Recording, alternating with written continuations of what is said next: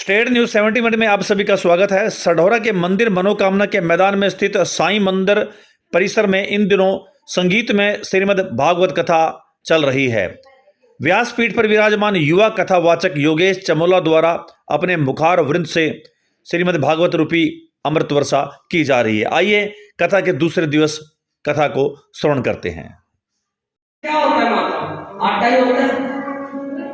आटा होगा तभी तो पूरी बन पाएगी, आटा होगा तभी तो परांठे बन पाएंगे। और सबका टेस्ट भी अलग अलग है। कोई कहता है पंडित जी हमको तो सूखी रोटी में ही आनंद आ जाता है, तो कोई कहता है नहीं नहीं साहब बिल्कुल घी में लबालब परांठे मिल जाए तो उसमें एक अलग ही आनंद होता है। कोई कहता है नहीं नहीं साहब पूरी का तो एक अलग ही आनंद है। तो ऐसे ही किसी को भगवान कृष्ण में आनंद आ रहा है, कोई कहता है नहीं नहीं साहब हमको तो चटाचूट फक्कड़ बाबा पसंद है, कोई कहता है नहीं नहीं हमको तो मर्यादा पुरुषोत्तम राम पसंद है। इसी प्रकार सबका हेतु तत्व एक ही है, सत्यम परम धीमहि हरि व्यापक सर्वत्र समाना, हरि व्यापक सर्वत्र समाना, प्रेम ते प्रकट होई न जाना, हरि व्यापक सर्वत्र समाना, प्रेम ते प्रकट होई न जाना,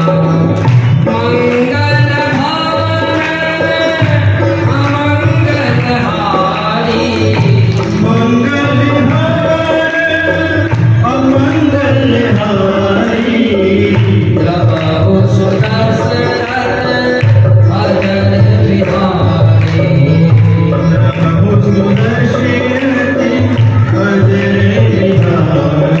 श्री राम जय राम जय जय राम, श्री राम जय राम जय जय राम, श्री राम जय राम जय जय राम, श्री राम जय राम जय जय राम, श्री राम जय राम जय जय राम, श्री राम जय राम जय जय राम, वृंदावन बिहारी लाल की जय। इससे यहाँ पर एक बात क्लियर हो रही है, एक बात स्पष्ट हो रही है कि हम चाहे वैष्णव है चाहे हम शैव है, बस सबका ध्येय एक ही है। इसलिए सनातन की विशेषता है, सनातन कभी ये नहीं कहता कि तुम किसको पूज रहे हो, क्या पूज रहे हो।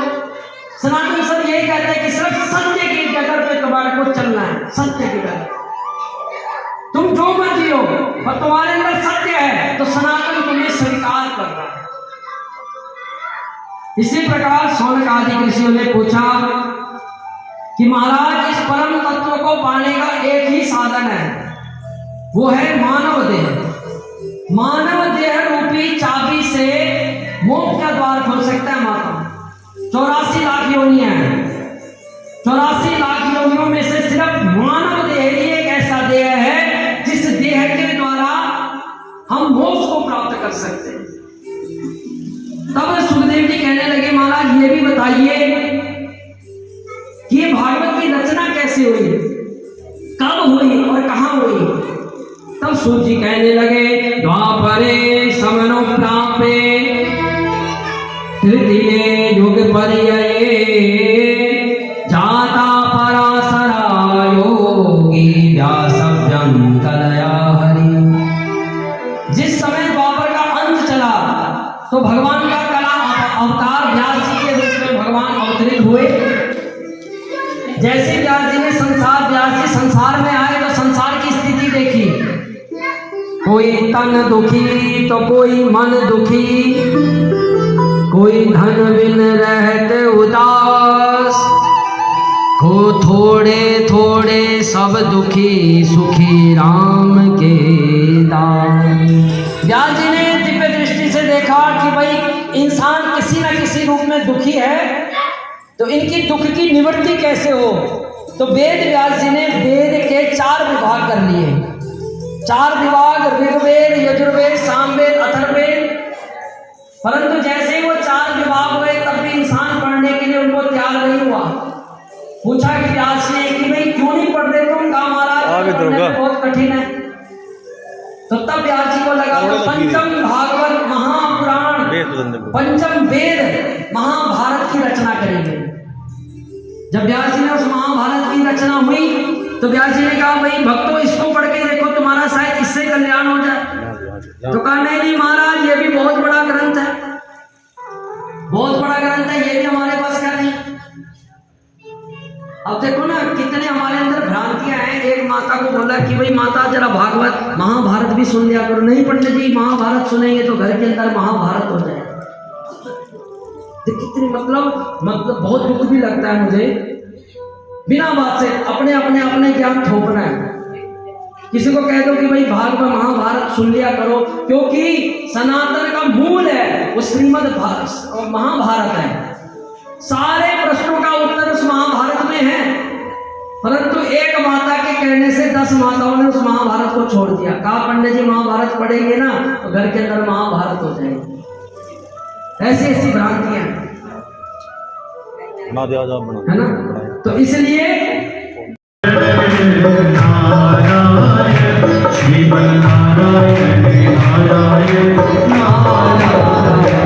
बोलो लक्ष्मी नारायण भगवान की। नारायण की ध्वनि शब्द सुनाई दिया तो पीछे मुड़ करके देखा वेद व्यास जी ने, तो पीछे नारद जी नारायण नारायण करते हुए प्रकट हो गए। बोलो नारायण, नारद जी महाराज की। नारद जी आए तो नारद जी ने कहा भाई व्यास जी महाराज तुम खिन्न मन क्यों बैठे? भाई तुम उदास होकर के क्यों बैठे? व्यास जी महाराज कहने लगे महाराज नारद जी क्या बताएं, बड़ा मन उदास है। संसार के कल्याण के लिए बहुत परोपकार करते हैं, बहुत कुछ लिख डाला, वेद लिख डाले, पुराण लिख डाले, पर मेरे मन को शांति नहीं आई। फिर भी लोग अपने उस दुष्ट प्रकृति से परे नहीं हो पा रहे।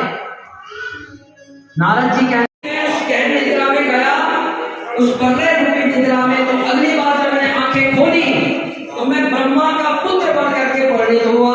बोलो वृंदावन बिहारी लाल की जय। अब देखो माताओं, नारद जी क्या कहते हैं कि मैं दासी पुत्र था और भगवान के नाम के चमत्कार ने देखो मुझे ब्रह्मा का पुत्र बना दिया।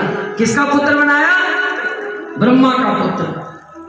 तो भगवान क्या कहते हैं?